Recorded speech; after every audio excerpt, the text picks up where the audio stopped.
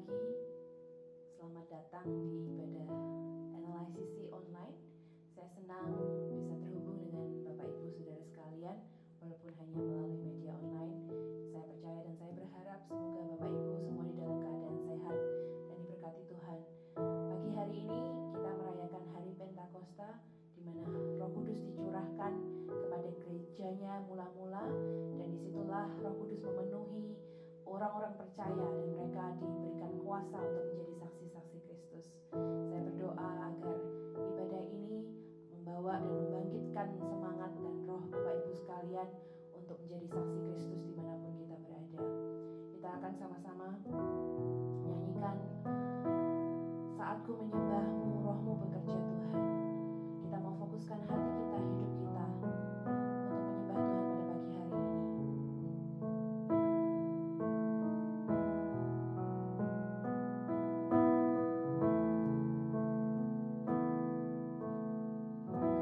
Saat ku menyembahmu, Rohmu bekerja.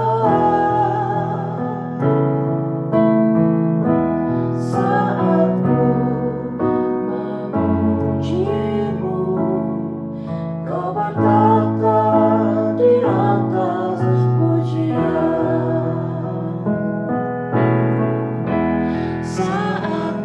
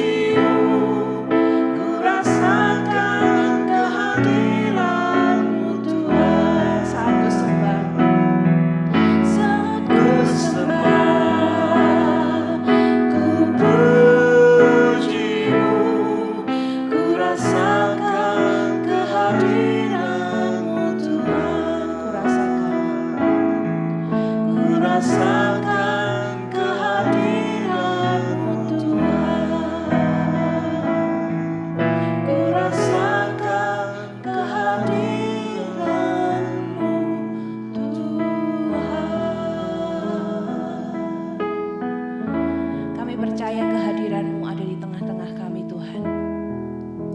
Kami bersyukur Engkau adalah Bapa yang baik buat setiap kami.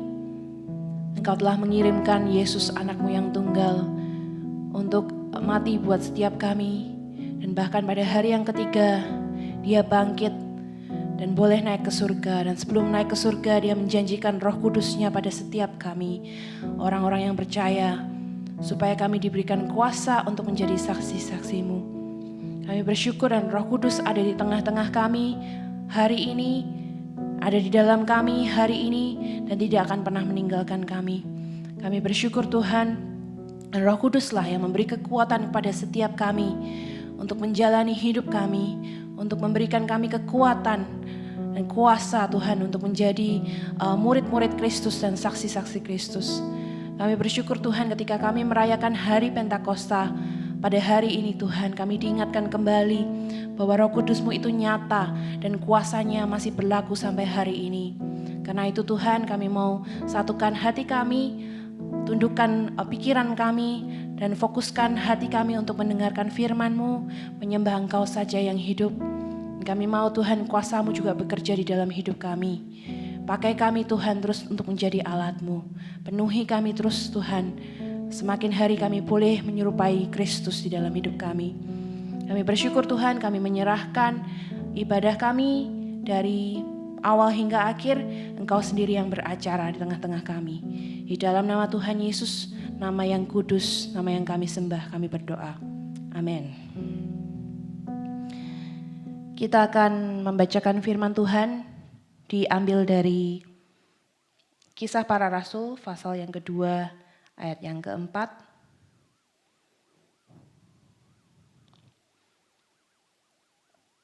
Kisah Para Rasul 2 ayat yang keempat, maka penuhlah mereka dengan Roh Kudus, lalu mereka mulai berkata-kata dalam bahasa-bahasa lain, seperti yang diberikan oleh Roh itu kepada mereka untuk mengatakannya. Amin. Mari kita persiapkan hati kita untuk mendengarkan firman Tuhan dengan berkata, penuhi sekarang Tuhan, penuhilah hidup kami, hanya Engkau yang kami rindu. Penuhi sekarang Tuhan, penuhilah hidupku. Hatiku bagai tanah gersang, merindukan jamahan Roh.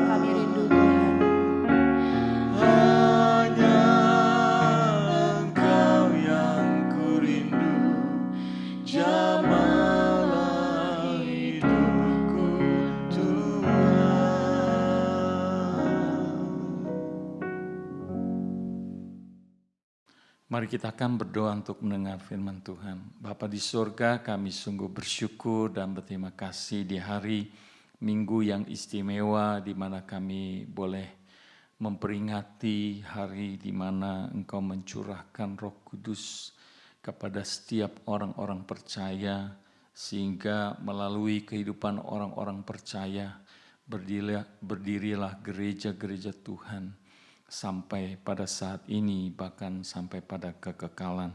Kami berdoa biar Roh Kudus yang mengurapi setiap hati dan pikiran kami, supaya melalui firman ini kami boleh dikuatkan dan kami boleh terus dipimpin kehidupan kami dipenuhi dengan Roh Kudus-Mu. Di dalam nama Tuhan Yesus kami bersyukur berdoa. Amin. Bapak Ibu Saudara yang kasih dalam Tuhan, hari Minggu ini adalah hari di mana kita memperingati hari Pentakosta yang sebenarnya merupakan pencurahan dari kuasa Roh Kudus ketika Tuhan Yesus naik ke surga dan dikatakan bahwa dicurahkanlah Roh Kudus kepada setiap orang-orang percaya. Bapak Ibu Saudara kekasih dalam Tuhan, sebenarnya kalau kita lihat hari Pentakosta itu berasal dari kebudayaan orang Yahudi di mana Pentakosta sebenarnya adalah 50 hari setelah perayaan penuaian hasil buah sulung atau yang pertama itu terdapat di dalam Keluaran 23 ayat 19 atau 34 ayat 26. Nah, kalau kita mengerti bahwa sebelum daripada peristiwa ini kita baru saja juga merayakan Paskah yang merupakan peristiwa kematian Yesus sebagai domba Allah. Perayaan penuaian sebenarnya adalah hasil penuaian hasil buah sulung yang melambangkan sebagai kebangkitan Yesus dari kematian. 50 hari setelah perayaan ini adalah perayaan Pentakosta yang merupakan gambaran lahirnya gereja. Dan pada hari Pentakosta ini orang-orang Yahudi sebenarnya merayakan akan pemberian hukum-hukum dan hukum-hukum Taurat. Tetapi bagi kita orang-orang Kristen merupakan perayaan pencurahan Roh Kudus bagi orang-orang yang percaya. Berkaitan dengan hari Pentakosta di mana dicurahkan Roh Kudus, maka kita akan sama-sama belajar pada saat ini, yaitu hidup yang dipenuhi oleh Roh Kudus, ya, hidup yang dipenuhi oleh Roh Kudus berdasarkan dalam ayat yang keempat dari Kisah Rasul pasal 2. Nah, yang pertama kita akan sama-sama mau mengetahui latar belakang daripada peristiwa ini. Peristiwa di mana hari Pentakosta dicurahkannya Roh Kudus. Sebenarnya hari ini, hari Pentakosta yang kita rayakan ini yang tertulis dalam ayat 1 sampai 4 khususnya adalah merupakan satu peristiwa yang merupakan penggenapan janji Tuhan Yesus. Ketika saat dia sebelum mengalami kematian, dia sudah mengatakan di dalam Yohanes pasal 14 ayat 16 sampai 17, dia mengatakan, "Aku akan minta kepada Bapa dan dia akan memberikan kepadamu seorang penolong yang lain, supaya ia menyertai kamu selama-lamanya, yaitu Roh kebenaran. Dunia tidak menerima dia, sebab dunia tidak melihat dia dan tidak mengenal dia. Tetapi kamu mengenal dia, sebab ia menyertai kamu dan akan diam di dalam kamu." Jadi latar belakang daripada yang kita lihat dari ayat 4 ini adalah ketika dikatakan maka penuhlah mereka dengan Roh Kudus, di mana di saat itu dicurahkan kuasa Roh Kudus adalah merupakan penggenapan apa yang Tuhan Yesus sudah janjikan di dalam Injil Yohanes pasal 14 ayat 16 sampai 17. Dan dia berkata bahwa aku akan kembali kepada Bapa dan aku akan mengirimkan seorang penolong yang lain. Seorang penolong yang lain itu adalah yang dikatakan yaitu Roh Kudus. Seorang pribadi yang ketiga dari Allah Tritunggal. Dan di sini kita melihat bahwa apa yang dikatakan oleh Tuhan, apa yang dijanjikan oleh Tuhan itu terjadi.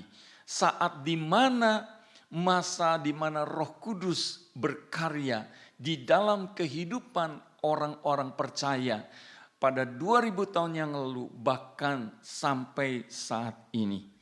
Dan latar belakang dipenuhi oleh Roh Kudus ini juga adalah menunjuk kepada sebenarnya kondisi daripada kehidupan orang-orang yang percaya. Yang artinya bahwa ini merupakan satu pengalaman kehidupan yang dialami oleh murid-murid Yesus pada saat itu. Di dalam Kisah Rasul pasal 6 ayat 3 itu ada dicatat dikatakan Stefanus yang dipenuhi oleh Roh Kudus. Lalu Kisah Rasul pasal 11 ayat 24. Karena Barnabas adalah orang baik, penuh dengan Roh Kudus dan iman, sejumlah orang dibawa kepada Tuhan. Jadi dipenuhi Roh Kudus, dikatakan latar belakangnya adalah kalau kita lihat di dalam Kisah para Rasul khususnya, itu menunjuk kepada kondisi kehidupan murid-murid yang maksudnya saat itu mereka punya peran yang sangat besar untuk apa? Untuk menjadi saksi Tuhan, untuk menyebarkan kabar baik itu. Dan yang ketiga adalah latar belakangnya ada memperlengkapi untuk menyelesaikan tugas yang Tuhan Yesus sudah berikan. Di dalam Kisah Rasul pasal 4 ayat 8, ini ada merupakan pengalaman dari Petrus ketika maksudnya dia sudah menyaksikan akan kebangkitan Yesus.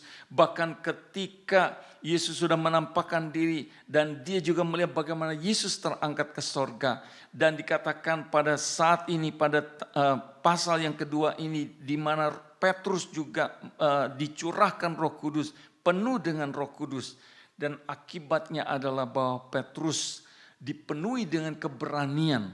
Untuk apa? Untuk berhadapan dengan mahkamah agama. Bahkan juga untuk memberitakan firman Tuhan. Jadi Bapak Ibu yang kekasih dalam Tuhan, itulah latar belakang daripada yang kita sama-sama saat ini belajar mengenai dipenuhi oleh Roh Kudus. Nah sekarang saat ini kita mau belajar apa sebenarnya arti dipenuhi oleh Roh Kudus itu? Ya, apa yang merupakan pengertian ketika dikatakan hidup kita sebagai orang percaya harus dipenuhi Roh Kudus. Nah, pertama kita terlebih dahulu mau menyelidiki yang dimaksud dengan dipenuhi. Nah, kalau Bapak Ibu pernah atau sering kita mendengar atau membaca dalam Alkitab, di dalam Injil Lukas pasal 5 ayat 26 ketika Yesus saat itu menyembuhkan orang yang lumpuh yang ketika itu dikatakan karena terlalu banyak dia ada dalam sebuah rumah sehingga akibatnya orang yang lumpuh ini tidak bisa masuk ke dalam pintu rumah itu sehingga ada orang yang membawa orang lumpuh ini ke atas atap dan dia membuka atap rumah itu dan menurunkan orang lumpuh di tengah-tengah Yesus. Dan saat itu Yesus melakukan mukjizat, yaitu Yesus membangunkan orang yang lumpuh ini. Dan dicatat di dalam Lukas pasal 5 ayat 26, ketika orang-orang menyaksikan bagaimana kuasa Allah bekerja sehingga orang yang lumpuh itu dibangkitkan dari kelumpuhannya, dibuat dia bisa berjalan. Maka dikatakan peristiwa itu dikatakan bahwa mereka dipenuhi dengan ketakjuban. Ketakjuban menguasai orang itu dan dikatakan bahwa orang-orang itu terkagum-kagum. Nah, berbeda dengan orang-orang Farisi dan ahli-ahli Taurat. Mereka dipenuhi ketika mereka menyaksikan bagaimana orang lumpuh ini disembuhkan. Mereka tidak dipenuhi dengan ketakjuban. Tetapi mereka dipenuhi dengan apa? Iri hati. Dan ketika iri hati itu memenuhi hati mereka, jadi bukan mereka dikuasai dengan pengalaman yang luar biasa, bagaimana mereka melihat kuasa Tuhan yang supernatural yang membuat orang yang lumpuh menjadi sembuh bisa berjalan, tetapi itu menutup mata rohani mereka.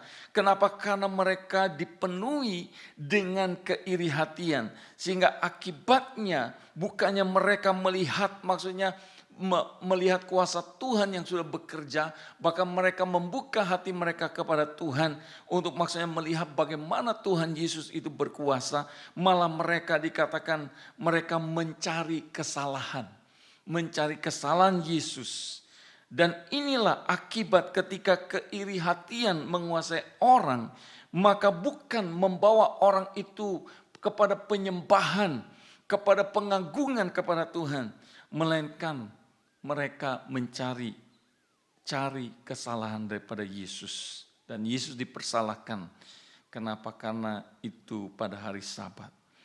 Dan Bapak Ibu yang kekasih dalam Tuhan Yesus, dipenuhi oleh Roh Kudus artinya adalah Roh Kudus menguasai orang percaya, dan ketika Roh Kudus itu menguasai orang percaya, maka itu menentukan sikap tingkah laku orang itu. Sama seperti ketika ketakjuban, kekaguman mereka memenuhi hati mereka, maka kemudian mereka juga memperlihatkan dalam sikap tingkah laku mereka bagaimana mereka sungguh-sungguh percaya kepada Yesus. Dan yang kedua kita lihat bahwa dipenuhi dengan Roh Kudus, artinya yang pertama bahwa seluruh hidup kita itu dikuasai. Ya, dikuasai oleh Roh Kudus. Dan yang kedua yang kita belajar adalah bahwa dipenuhi oleh Roh Kudus itu adalah sebuah perintah. Ini bukan sebuah pilihan. Ya. Kalau pilihan itu berarti kita diberikan option, kita tidak diharuskan. Tetapi ini adalah sebuah perintah yang dikatakan dalam ayat khususnya kalau kita lihat dalam Efesus pasal 5 ayat 18. Dikatakan janganlah kamu mabuk oleh anggur karena anggur menimbulkan hawa nafsu, tetapi hendaklah kamu penuh dengan Roh Kudus. Jadi hendaklah kamu penuh dengan Roh Kudus. Jadi ini adalah sebuah perintah, ini adalah sebuah keharusan, dan ini dituliskan oleh Paulus yang mengatakan bahwa hendaklah, katalah itu menunjukkan satu perintah bahwa kamu harus penuh dengan Roh Kudus. Nah, ada di dalam Alkitab yang maksudnya kita pelajari, ada hal-hal yang artinya itu bukan keharusan, pilihan. Misalnya, kalau kita lihat ada karunia-karunia roh Kudus. Nah, di situ kita belajar, maksudnya kita mengerti bahwa yang namanya karunia-karunia Roh Kudus itu bermacam-macam. Ada karunia bernubuat, ada karunia berbahasa roh, ada karunia menyembuhkan, ada karunia iman. Dan setiap orang percaya itu dikaruniakan berbeda satu dengan yang lain. Jadi tidak harus sama. Tidak maksudnya dipaksakan semua orang harus punya karunia roh tertentu. Makanya kalau kita lihat problem di jemaat Korintus itu adalah mereka berselisih. Mereka maksudnya saling bertengkar. Kenapa? Karena mereka ingin menyatakan karunia yang mereka miliki adalah karunia yang paling hebat. Misalnya orang yang berbahasa roh berkata adalah bahwa karunianya itu karunia yang lebih hebat dari segala karunia yang ada. Sehingga akibatnya memaksakan orang untuk memiliki karunia yang sama. Ya. Maksudnya karunia berbahasa roh. Nah, di sini kita melihat bahwa itu tidak sesuai dengan apa yang Paulus nasihatkan mengenai karunia-karunia roh. Kenapa? Karena karunia-karunia roh itu bermacam-macam. Dan setiap orang percaya itu dianugerahkan, diberikan karunia yang berbeda satu dengan yang lain. Tidak harus sama. Ya. Maksudnya tidak ada satu keharusan. Tetapi kalau kita bicara mengenai hidup dipenuhi Roh Kudus, ini bukan berbicara bahwa seolah-olah hidup dipenuhi Roh Kudus itu adalah merupakan salah satu karunia rohani, bukan. Tetapi hidup oleh Roh Kudus, dipenuhi oleh Roh Kudus, ini bukan bicara mengenai karunia rohani. Tetapi ini berbicara mengenai gaya hidup orang-orang yang percaya. Ini adalah bukti gaya hidup kehidupan daripada orang-orang yang percaya kepada Kristus, yang menerima Roh Kudus dalam hidupnya, yang artinya bahwa melalui kehadiran daripada Roh Kudus itu memberikan satu perubahan yang terjadi dalam kehidupan orang itu. Sehingga akibatnya adalah bahwa ketika orang itu memberikan dirinya untuk dipimpin, dikuasai oleh Roh Kudus, maka dia akan menghasilkan bukan karunia Roh Kudus, tetapi menghasilkan buah Roh Kudus. Kalau bicara masalah karunia Roh Kudus dengan buah Roh Kudus itu yang paling sulit adalah menghasilkan buah Roh Kudus. Itu sebabnya kalau kita kembali lagi kepada ayat ini, dipenuhi oleh Roh Kudus itu bukan berbicara bahwa saudara harus mempunyai karunia Roh Kudus. Tetapi dipenuhi oleh Roh Kudus itu ada berbicara saudara harus membuktikan, harus mengungkapkan, yaitu melalui gaya hidup, kehidupan kita sebagai orang-orang yang dipimpin, dikuasai oleh Roh Kudus. Galatia 5 ayat 16 mengatakan, maksudku ialah hiduplah oleh roh, dikatakan, maka kamu tidak akan menuruti keinginan daging.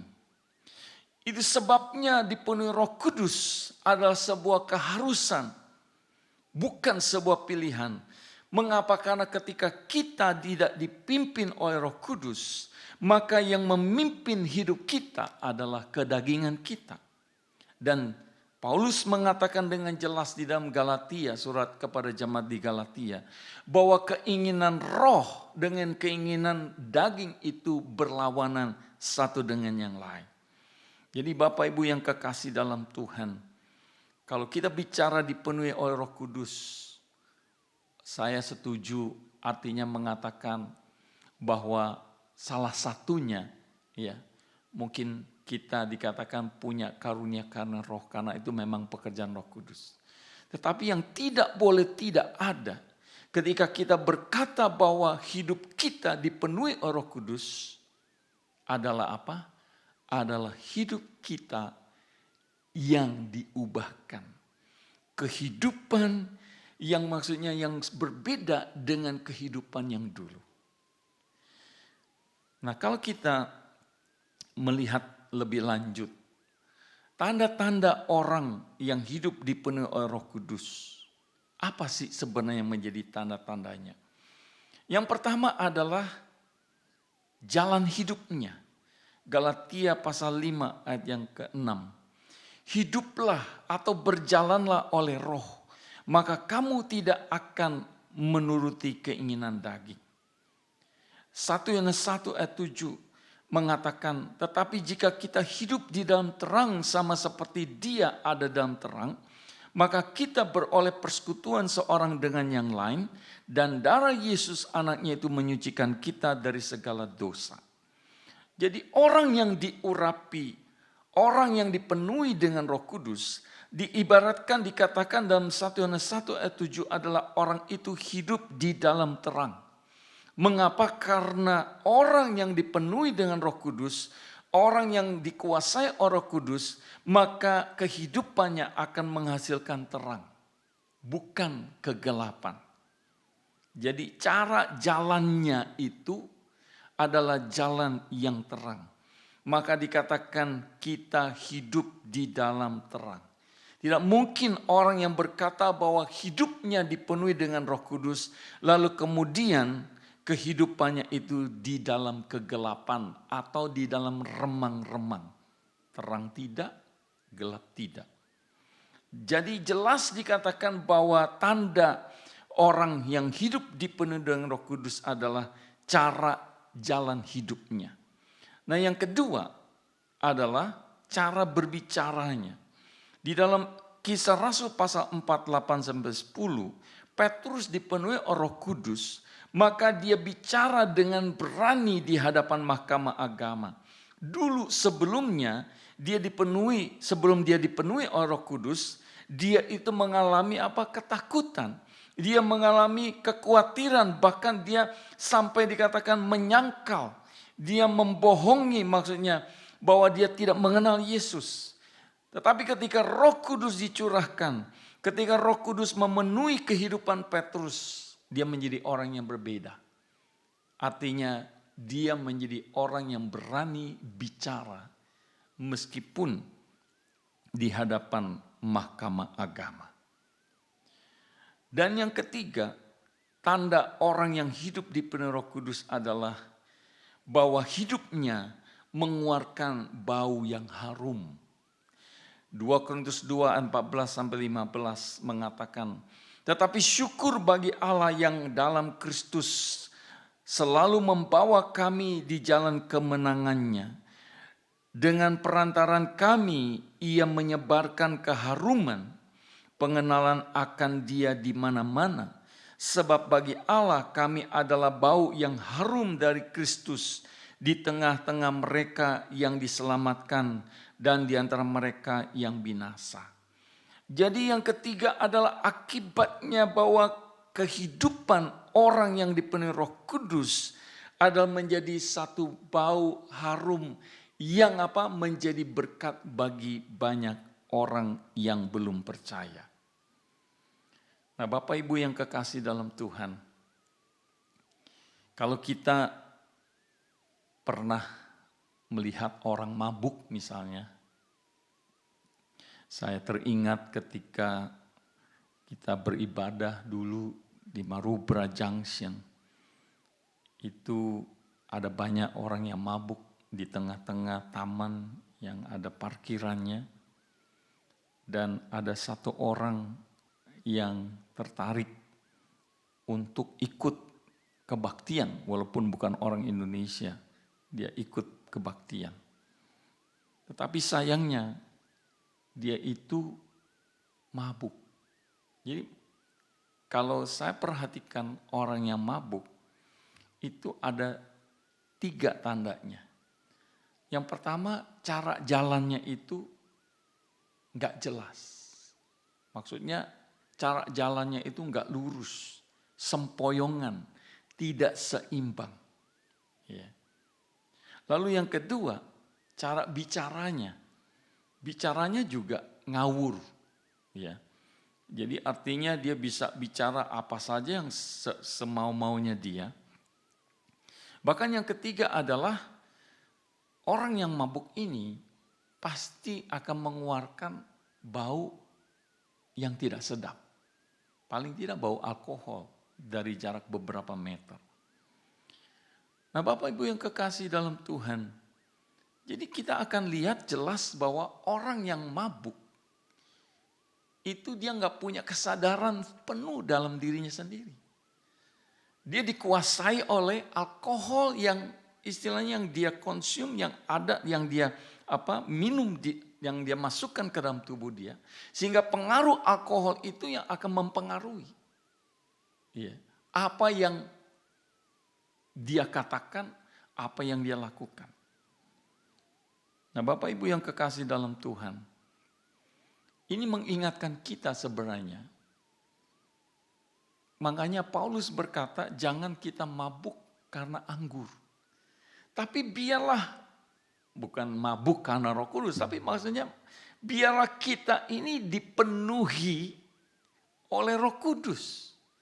Jadi maksudnya sekali lagi bahwa orang yang dipenuhi dengan Roh Kudus itu adalah jelas bahwa cara jalan hidupnya itu jelas. Artinya jalan hidupnya itu tidak ada di dalam jalan yang remang-remang.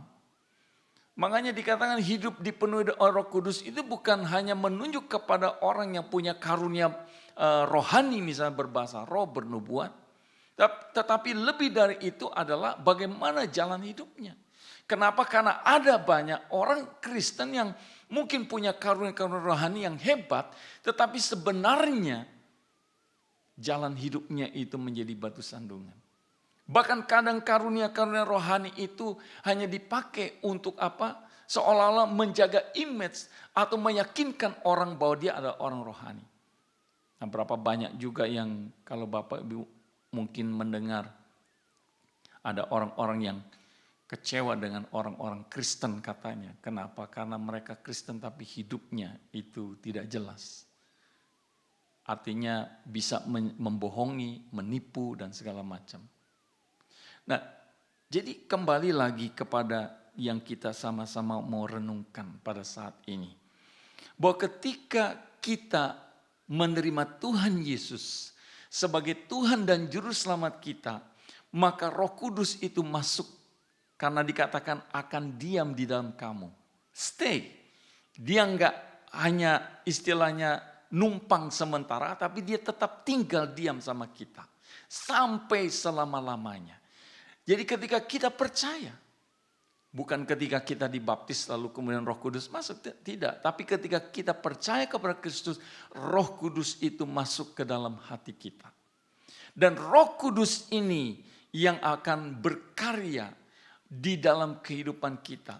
Roh Kudus ini yang akan mengambil alih kehidupan saudara dan saya yang tadinya kita mungkin dikuasai oleh kedagingan kita yang berdosa.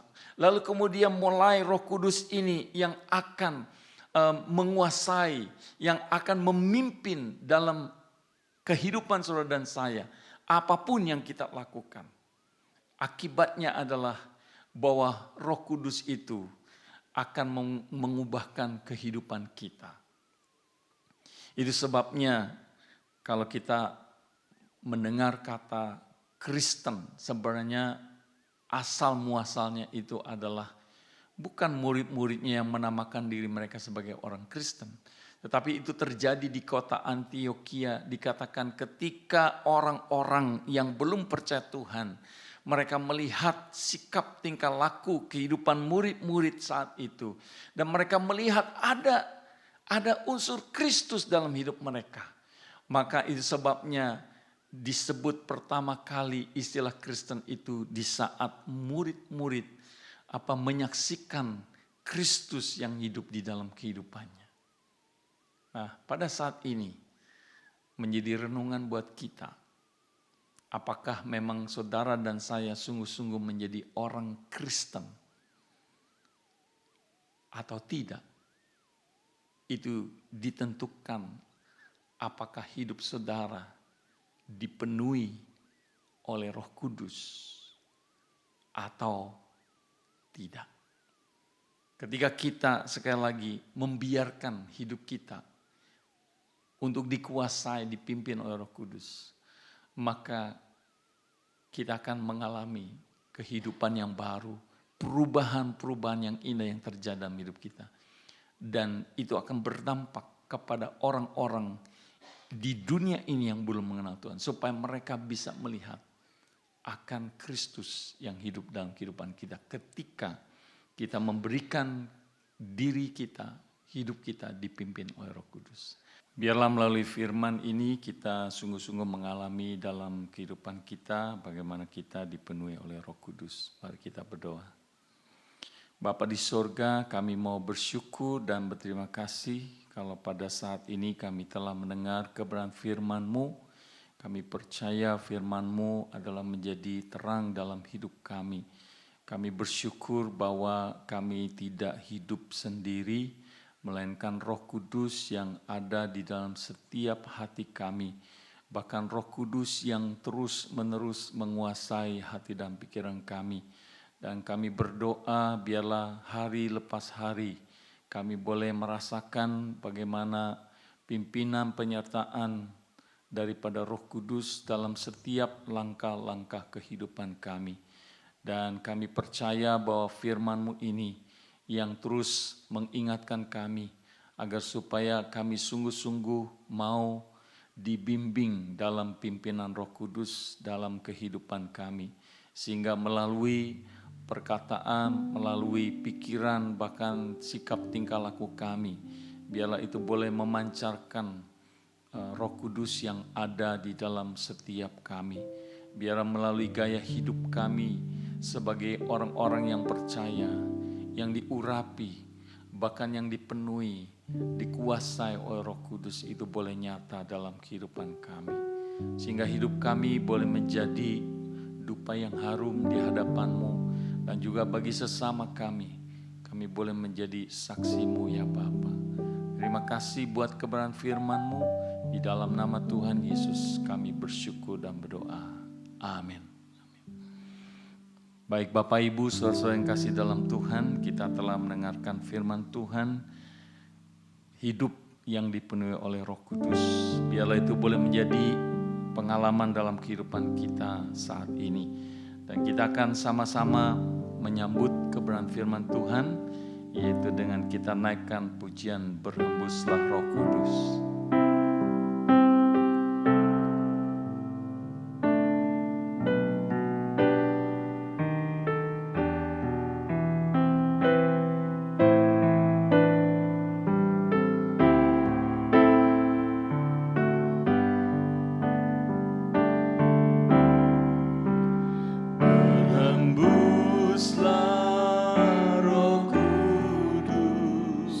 Di tempat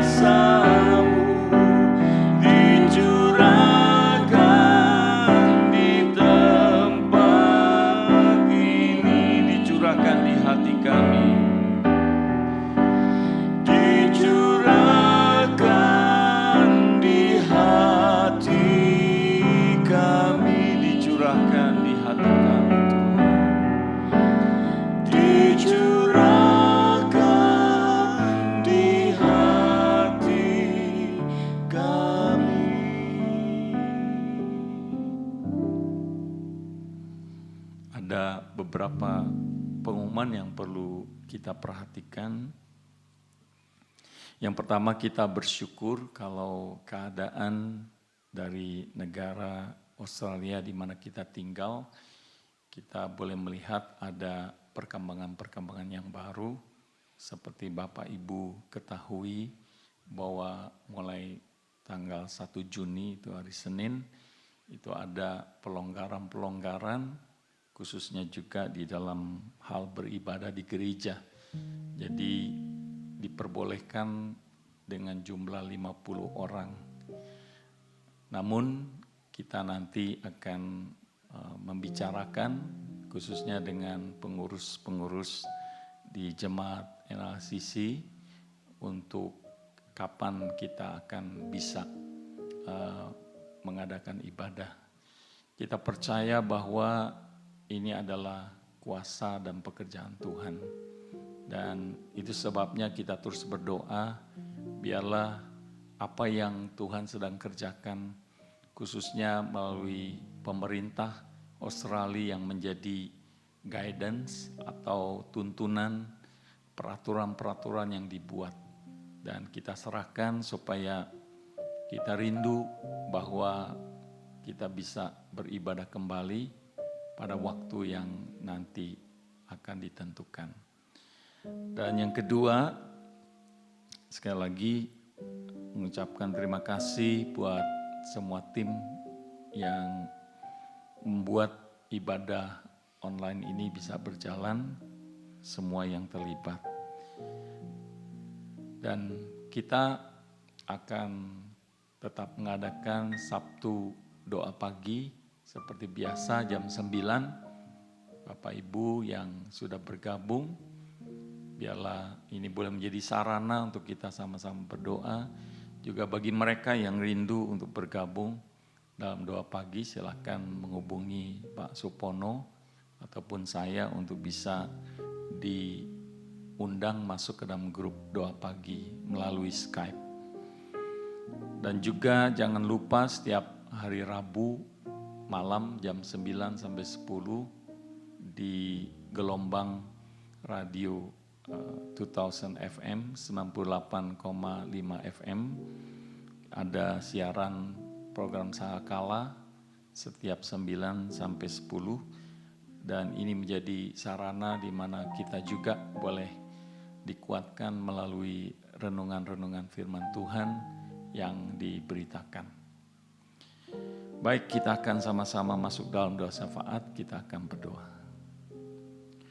Bapa di surga, kami sungguh bersyukur dan berterima kasih sekali lagi buat kebenaran firman-Mu yang terus mengingatkan kami bahwa Roh Kudus yang ada di dalam setiap kami, Roh Kudus yang memenuhi hati dan pikiran kami, sehingga ketika kami dipenuhi hati dan pikiran kami dengan Roh Kudus-Mu, maka jalan hidup kami adalah jalan di dalam kebenaran firman-Mu. Dan kami bersyukur karena kuasa Roh Kudus itu yang memampukan kami untuk kami hidup, belajar hidup benar di hadapan-Mu ya Bapa. Pada saat ini kami juga bersyukur buat kuasa-Mu yang bekerja, khususnya di negara Australia, di mana kami boleh menyaksikan bagaimana kuasa Tuhan yang menolong pemerintahan dan negara Australia ini. Sehingga kami mendengar ada berita bahwa mulai kami jemaat-jemaat Tuhan yang berjumlah kira-kira tidak melebihi 50 jemaat bisa beribadah. Bapa, kami percaya itu semua adalah karena kuasa-Mu. Dan kami berdoa, kami mohon kiranya Engkau juga yang terus menolong supaya kami boleh kembali bisa beribadah seperti biasa. Dan kami mohon kiranya Roh Kudus yang terus bekerja di dalam hati kami. Mungkin ada di antara kami yang mungkin masih merasa takut atau khawatir. Tapi biarlah Roh Kudus yang bekerja, Roh Kudus yang memberikan kepada kami kekuatan bahwa Tuhan, Engkau yang berkuasa atas semua apapun yang terjadi. Dan kami berdoa, kerinduan kami ada satu hari kelak kami akan bisa beribadah kembali di rumah-Mu ya Tuhan Yesus. Kami berdoa, kami menyerahkan bagi semua, setiap jemaat Tuhan di LCC, maupun setiap orang yang ikut bergabung dalam ibadah ini dimanapun kami berada. Kami berdoa biar kiranya kuasa-Mu, penyertaan perlindungan-Mu menyertai dalam kehidupan kami, dalam aktivitas, dalam segala pekerjaan usaha bagi mereka yang sekolah. Tuhan juga berkati, Engkau jaga lindungi. Bahkan setiap orang tua kami yang lanjut usia dimanapun mereka berada, baik mereka yang ada di rumah, di nursing home, maupun yang ada di Indonesia, biar tangan kasih-Mu Bapa yang menjaga melindungi mereka semua. Dan kami berdoa secara khusus juga buat negara dan bangsa Indonesia. Kami berdoa biar Engkau yang memberikan kepulihan, Engkau juga memberi hikmat, kekuatan kepada pemerintah, Presiden Jokowi dan juga semua kabinet menterinya. Kami berdoa Engkau yang jaga lindungi mereka, Engkau yang beri kuasa yang daripada-Mu. Engkau jauhkan dari segala niat orang jahat, dari segala rencana yang tidak baik. Kau pulihkan Bapa, kami berdoa, kami serahkan semua ini ke dalam tangan kuasa-Mu. Terima kasih Bapa, kami mengucap syukur untuk segala berkat anugerah-Mu. Kami menyerahkan seluruh aktivitas kami pada minggu depan bersama dengan Engkau. Terpuji nama-Mu Bapa, di dalam nama Tuhan Yesus kami bersyukur dan berdoa. Amin. Bapak Ibu saudara yang kekasih dalam Tuhan, ada satu lagi pengumuman yang saya ingin beritahukan. Minggu depan itu adalah minggu pertama pada bulan Juni, jadi kita akan mengadakan perjamuan kudus. Jadi diharapkan Bapak Ibu menyiapkan roti dan anggur, jadi minggu depan kita akan mengadakan perjamuan kudus. Baik, mari kita akan sama-sama menutup ibadah kita dengan kita menaikkan pujian, Jadikanku Alat-Mu.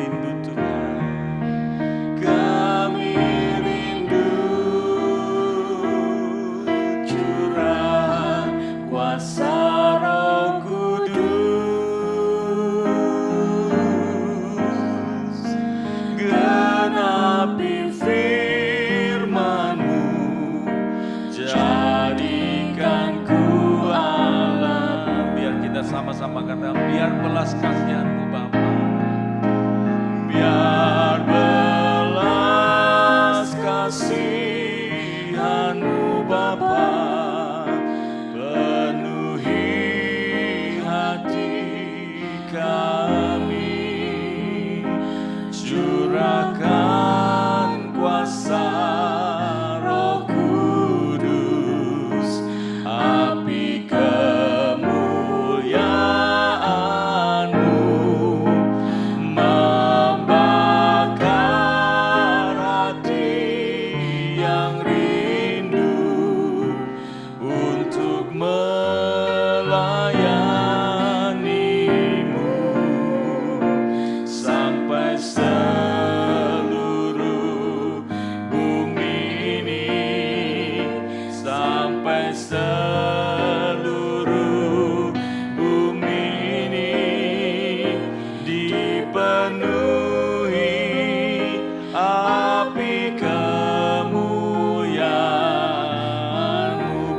belas kasihan-Mu Bapa. Biar belas kasihan-Mu Bapa penuhi hati kami, curahkan kuasa Roh Kudus, api kemuliaan-Mu membakar hati yang rindu untuk melayani sampai seluruh negeri ini, sampai seluruh negeri ini, sampai seluruh bumi ini dipenuhi api kemuliaan-Mu, sampai seluruh negeri ini, sampai seluruh negeri ini, sampai seluruh bumi ini dipenuhi api kemuliaan-Mu, dipenuhi api kemuliaan-Mu Tuhan, dipenuhi api kemuliaan-Mu, dipenuhi api kemuliaan-Mu, dipenuhi api kemuliaan-Mu.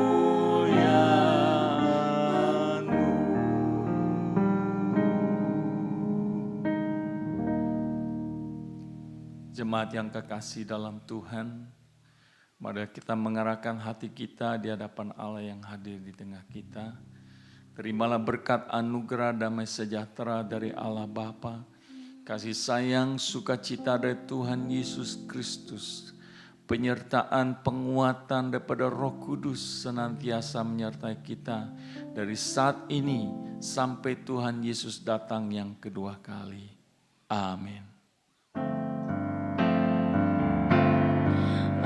Engkaulah Tuhan, Engkaulah Raja, berdaulat atas hidupku, ku berserah penuh. Berdaulat atas hidupku, ku berserah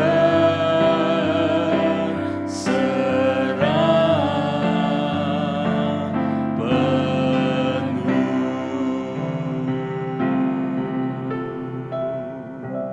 Amin.